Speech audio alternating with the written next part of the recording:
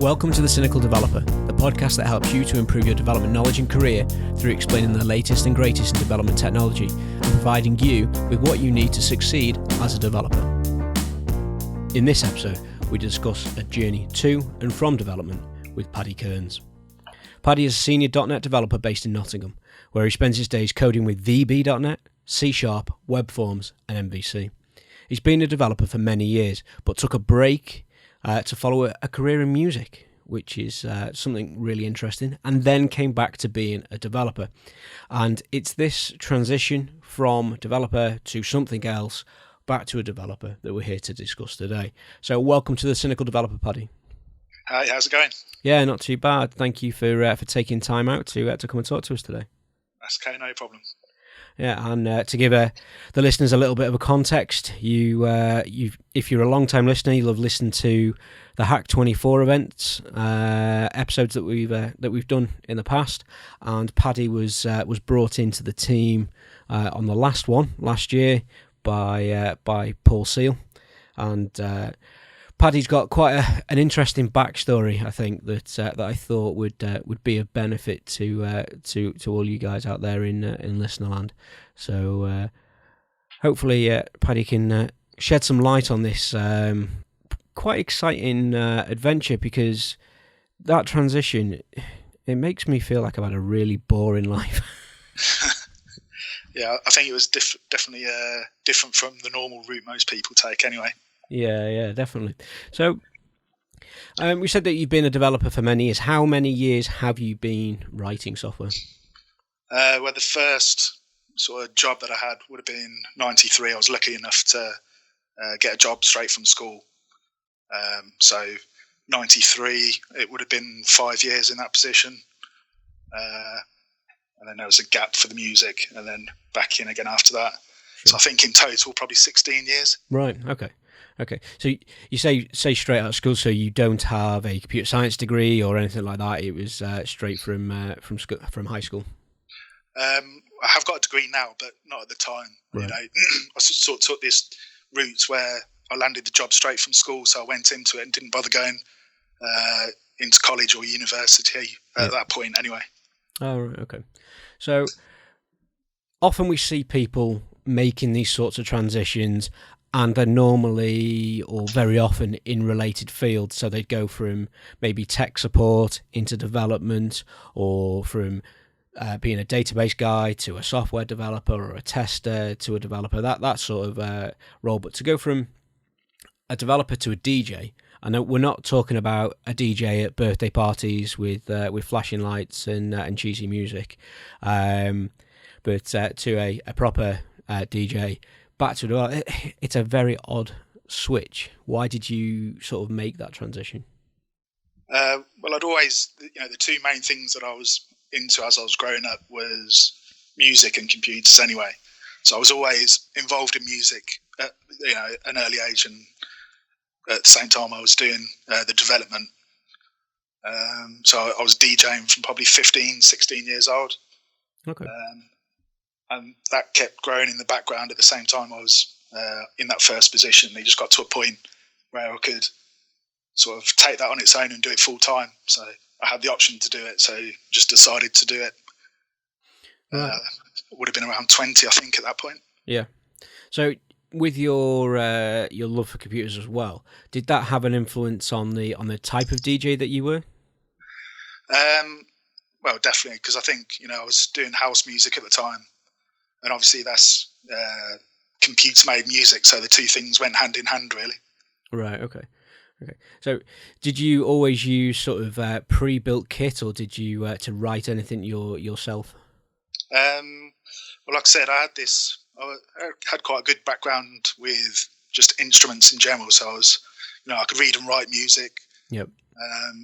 But at the same time, we'd take things from other people, so we'd be sampling other people's music as well as using kits and making our own stuff. So it's like a big mix of everything, really. Nice. So, as well as being a DJ, do you play any instruments and things like that then? Yeah. So, oh god, now I've got to think. So over the years, guitar, flute, banjo, keyboards, trumpet. Nice. And I think there's probably a host of other instruments that I picked up for a year or two and put down. So Sure. Quite a good mix there as well. Yeah. It's you sound like a couple of people that I know I'm very envious of that can just turn their hands to instruments, pick them up and make them sing. I've struggled to play, and I've tried piano, I've tried keyboard, I've tried acoustic and electric guitar, but my fingers don't move fast enough on a keyboard or on a guitar to get very far with it. They're all right for typing, but that's about as far as I get. What did you find the easiest from those that you tried? I think I picked up the keyboard very, very quickly. Is probably not the best word, but I actually started off with that on a Commodore 64. We had a keyboard that plugged into a Commodore 64, and I started off by learning Hey Jude and Yesterday by the Beatles. And I think I learnt them at one point off by heart. I can still play parts of Yesterday to this day, but it's been many, many years since I've tried to play it properly. I enjoy the guitar, and I did put my sort of heart and soul into trying to learn it, but I think a lot of people can go online and learn these sort of things from looking at tabs and stuff like that. I got to a point where I just needed technique putting into me, and I couldn't teach myself that. I think I needed some professional tuition, but with everything else that I do, there was just no time to go any further with that. That's the thing now as well. Everything you need really is online. If you want to learn anything, I don't think that was around sort of even 15 years ago. I don't think it was as big as it is now.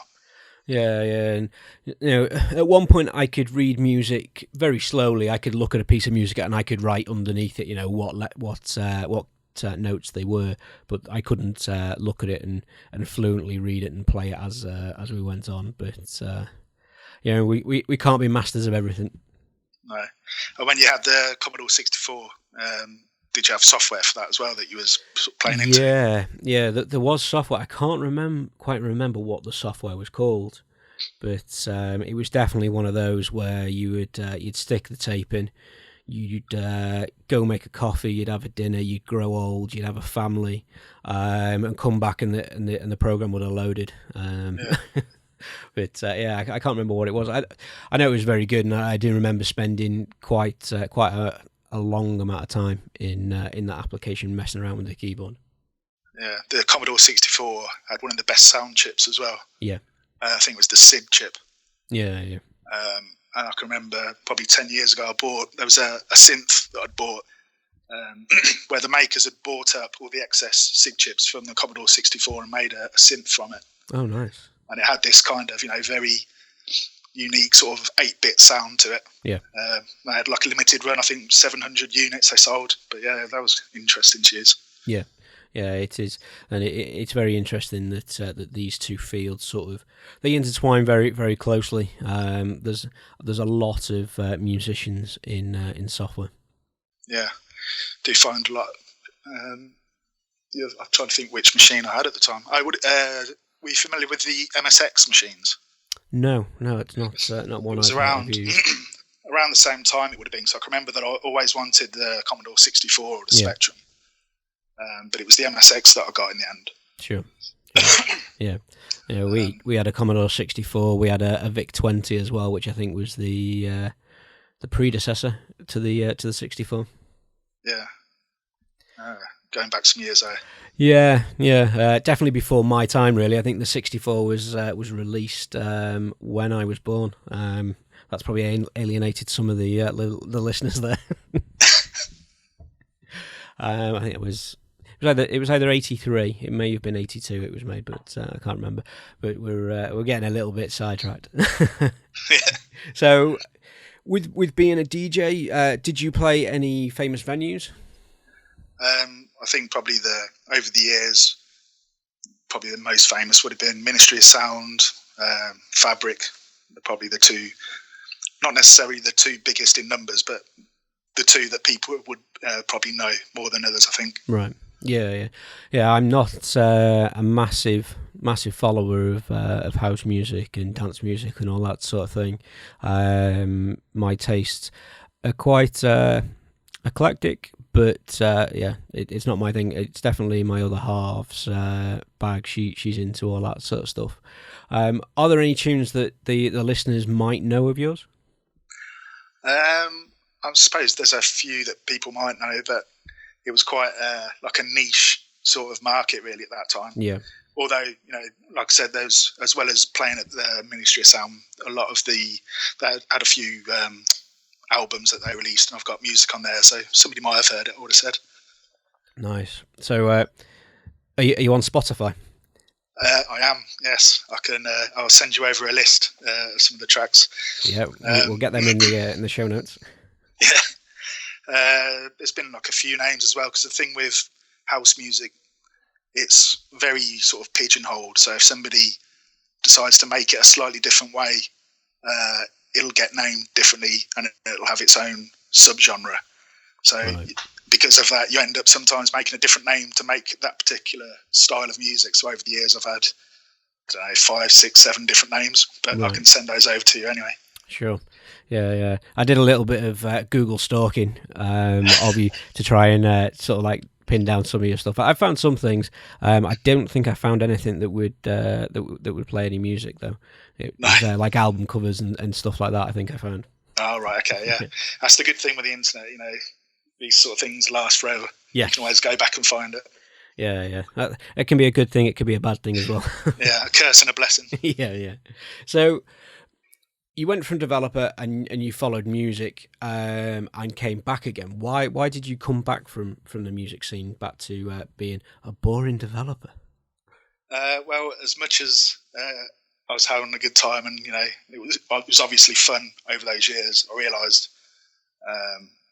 I couldn't carry on doing this into my sort of 50s and 60s. I knew that I'd probably have to find something else to do, and I still did carry on, sort of keeping an ear to the ground with development anyway. So I just decided to get back into it. I think I was 27 when I did it. Right. Okay. No, you just you became a little bit mature and thought, I can't be playing games for forever, so I better do something serious. Yeah, I think I got to the point where I just needed more sleep at the weekends as well, and the hangovers were harder to overcome. Yeah, definitely. It's something I don't look forward to now when you go out for have a couple of drinks. It used to be, we'll go out and have as many as possible, and now it's sort of like, yeah, maybe, but tomorrow will be a write-off because I'll have a headache. Do I really want to do that? You have to sort of plan it a day ahead, just so you've got the extra day.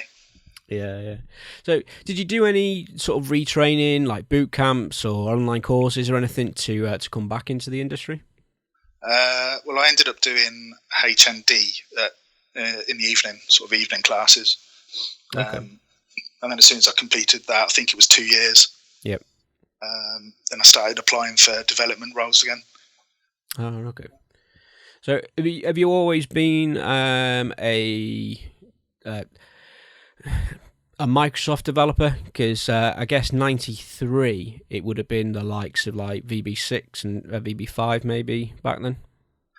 Well, this is the interesting thing, because I mentioned this MSX machine that I had when I was younger. Yep. And that was actually Microsoft's first attempt at a home standardized computer. Right. Okay. And looking back now, it worked out perfectly, but the version of BASIC that was on those machines was Microsoft BASIC version 1. Okay. So that put me in good stead for later on. 93, that first job everything was written in HP Business Basic. Yep. And I think that was 5 years that lasted for. But definitely the first role that I had when I came back into development, that was VB. Sure.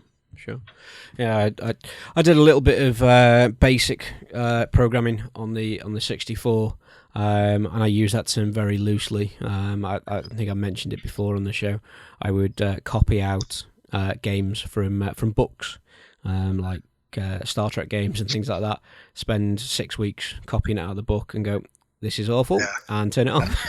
And then realised that you had a comma out of place and had to trawl through it. Yeah. It was never fun, but it was a good way to learn, though. I found doing those sort of things. Yeah, I think if I'd looked at it a little bit more seriously at that point, I think I might have enjoyed it a little bit more. Whereas I didn't really understand what I was doing. I was just copying and pasting parrot fashion. Yeah. The most I could do freehand was get my name to scroll down the screen, which I think was something like print James go to 1. Yeah, so it just loops around. Yeah. And I remember my dad having a stab at doing some programming with it, and he wrote something that printed out every possible combination of lottery numbers. And I remember him printing it off, and we had this massive stack of paper with all these numbers on, and I never really understood why he did that. And he's just going through each one at a time. Yeah, just incrementing each ball. But did he ever win? No, unfortunately not. I don't think he actually even plays. Right. Yeah. So, was it an easy transition back into the world of development? It was easier than I thought it would be, because I thought, I've had this time away from it. I did have this experience, but I didn't have any formal qualification at that point. So I thought it would be harder. But the first job I applied for, I ended up getting. So, it sort of did go to plan, which was good. Yeah, that's always nice. It sort of blows my next question a little bit out of the water, which was, how did you land your first development job after DJing? So the first job that I got, that was from work experience that we did in the last year at school. There was this software house that I went there for a week. So I was there for a week doing the work, and they saw that I was, okay using their version basic or whatever it was. And then at the end of that, they just offered me a job. So I went straight from school to there. So I was quite lucky in that respect. Yeah.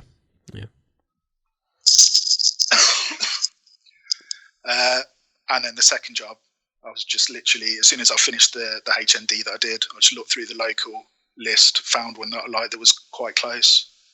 I think I knew people there as well, which probably helped. Yeah. But applied for that, and luckily enough, I got that job. So it sort of just snowballed from that point, really. Yeah. Were you in Nottingham or in a city somewhere else in the UK at that time? I was in Northamptonshire at that point. Right. I've been in Nottingham for the last 4 years. Okay.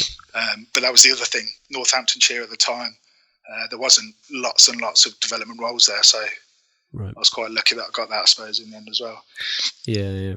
It's something that we struggle with locally. To me, is that there's a very small pool of developers, and I have to travel quite a way out to get a variety of jobs, and we end up sort of following each other around from job to job.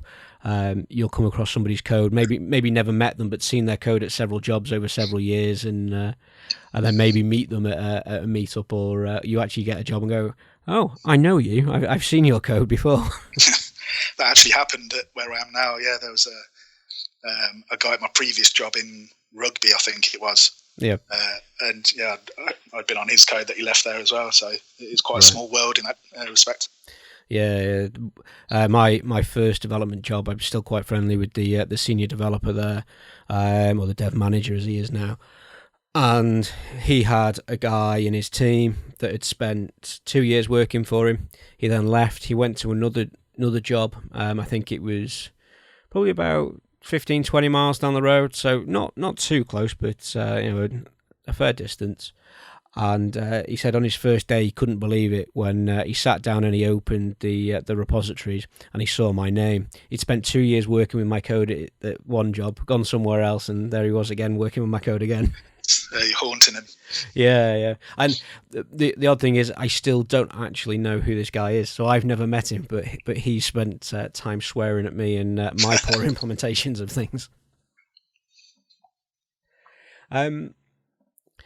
So was it a problem taking a step back from spinning discs to writing to discs, as a very cheesy line?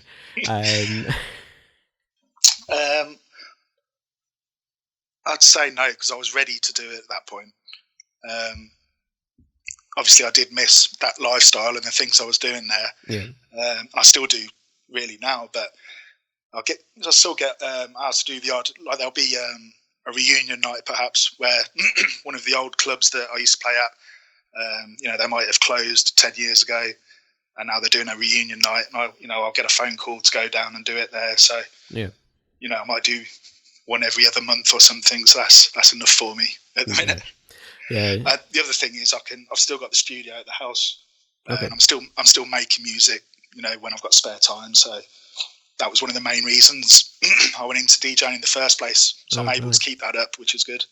Yeah, and I can understand. I think the missing it and wanting to go back and do it. I think you probably go and do a weekend and go, my God, yeah. I can't do that anymore. It's going to kill me. That's it. It's enough. It feeds my fix. For long enough, and that'll keep me going for another couple of months or how long. Yeah. And we're not all as young as we want to be anymore. No, I've actually, I've got quite a lot of other friends that started out around the same time as us, and they're still doing it now. Around the same age. Yeah. And you can see the stress on their face sometimes when they're having to get up at 2:00 in the morning and drive to the other end of the country to do a 1 hour gig and then come back. Right. So, it just reinforces that I made the right decision, I think. Yeah, and I think unless you've made it superstar DJ sort of level, it's a whole different ball game, isn't it? Because I know I had friends go to Manchester Arena and they saw Fatboy Slim recently, and they didn't really have high hopes. They thought, what's this going to be like? It's a bit of an odd one. And they said it was amazing, and the fact that he played to such a big crowd as well. It's that sort of thing is a very different experience than going and maybe playing to a couple of hundred people for an hour. Yeah, that's it. I mean, that's probably one of the things that I do miss. Just being in front of a lot of people. Yep. And just being able to play music that you're into, and they're probably going to like as well. That's like a good kind of buzz on its own. Yeah. Yeah, it's I had a bit of a go at making tracks like that with and you'll cringe now, but EJ back in the day, made a couple of like rave type tracks and things with it, and that was quite good. But I've never been tempted to take it any further than that. No. Going back to before, I think as well, the other thing is that there are that many tutorials on YouTube and things like that now that I think it makes it more accessible for people to have a go with it now. And I've certainly noticed there's more sort of producers and DJs that are doing things now as compared to like 20 years ago. So yeah, and I think the applications that were like EJ, there's a lot of them around now, and the samples are a lot wider, and they let you do your own sampling and stuff. So it makes it that barrier to entry is probably a lot lower for people as well. Yeah, and I think the power of computers now and the software means that you can get professional quality audio, whereas before, I can remember having to save up thousands for studio equipment. Yeah. That you probably don't need these days. Yeah. So it makes it a lot easier, I think. Yeah, I know another guy. I used to play airsoft with him before he became too busy with his work. But I think he's like an IT manager type role, and I know he does a lot of electronic music in his spare time. I've seen him do live broadcasts and things on Facebook of him spinning and pressing buttons and doing whatever they call it. Yeah. But if anybody out there is thinking of taking a bit of a hiatus from development and going and following another passion and maybe want to come back as a backup, what sort of advice would you give to those people? Definitely do it. If it's something you're thinking about doing, perhaps if you're going traveling or something, or even if you might want to stop for a few years to have a family, or change career and go on a different path. I think what I've done proves that you can come back and still succeed in it again. I mean, I think in total it was 10 years that I was away from development, and I've managed to come back, and I think I'm on my third or fourth job now, so it's definitely not a problem, especially these days, like I said. Yeah, I think the whole idea of it scares myself a little bit, in the fact that I know how fast the industry is moving, and I struggle to keep up with it. And you take your eye off the ball for a week or 2 weeks, and there's something new you've got to learn. But taking 10 years off to come back to it is pretty frightening. But I guess the fundamentals of writing software don't really change. No, they're always the same. It's just you might have syntax that's changed, or there might be some new methods, but the nuts and bolts of software are still there. They're still the same. Yeah. And even if not, if there had been a big change, the fact that you've done it before, you will have a mindset where you can learn new techniques and technology quickly, whereas somebody that's going in cold probably wouldn't have. Yeah, definitely. I think it's all good advice, and something I prescribe to as well, which is you don't know unless you try it. So go out there and give it a go. Yeah, definitely. I would have hated to have gotten old and just wondered what if. Yeah. It'd be a killer. I'm proud that I did do it and then came back and lived to tell the tale, kind of. Yeah, and you do have regrets like that. I know I've got a few friends that went off and did the travelling thing, and I'm very jealous of that. And I think I wish I'd done that. I wish I'd gone off and seen the world, and then I'd gone out, went to college, went to university, and then started working. And then I got myself into a position where I could now afford to go and start travelling the world, going to where I wanted to go. And then you go and change your circumstances by having a family. Yeah, it changes all the time. Yeah, before you know it, your holidays are sitting on a coach and going to the seaside for an ice cream with a blue rinse. But so I think the message is that anybody that is thinking of going out there and giving something else a little bit of a dabble is just go and do it. Even if you're going to do it as a side hustle and you're not going to go. I was going to use an awful term there, but you're not going to go all in on it.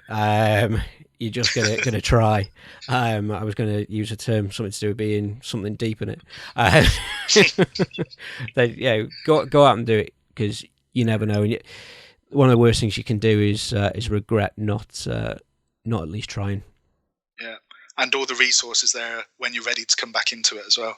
Yeah, and there's always going to be people out there willing to help you and get you back into the flow.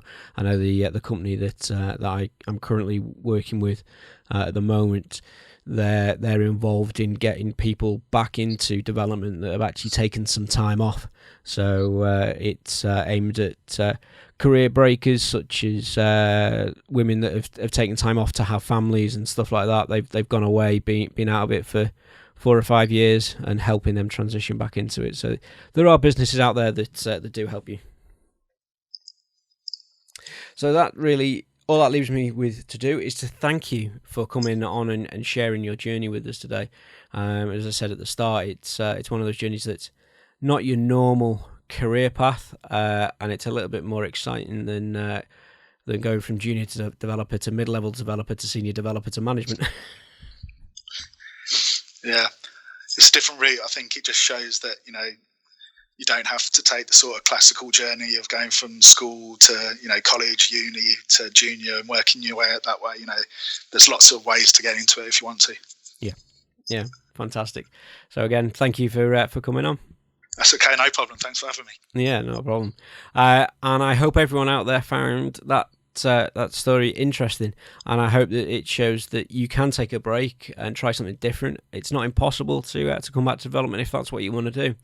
So I'd just like to thank you all for listening to The Cynical Developer. I'm James Stoddart, and you've been listening to Paddy Kearns talking about his journey from developer to DJ and back to developer again. If you have any questions about this or any other episode, then drop us an email, a tweet, or leave a comment on the website, where you can find all the resource links, show notes for each episode. And if you enjoy this episode, please leave a review on your favourite podcast platform, iTunes, Stitcher, whatever it is, and help The Cynical Developer to reach more developers around the globe.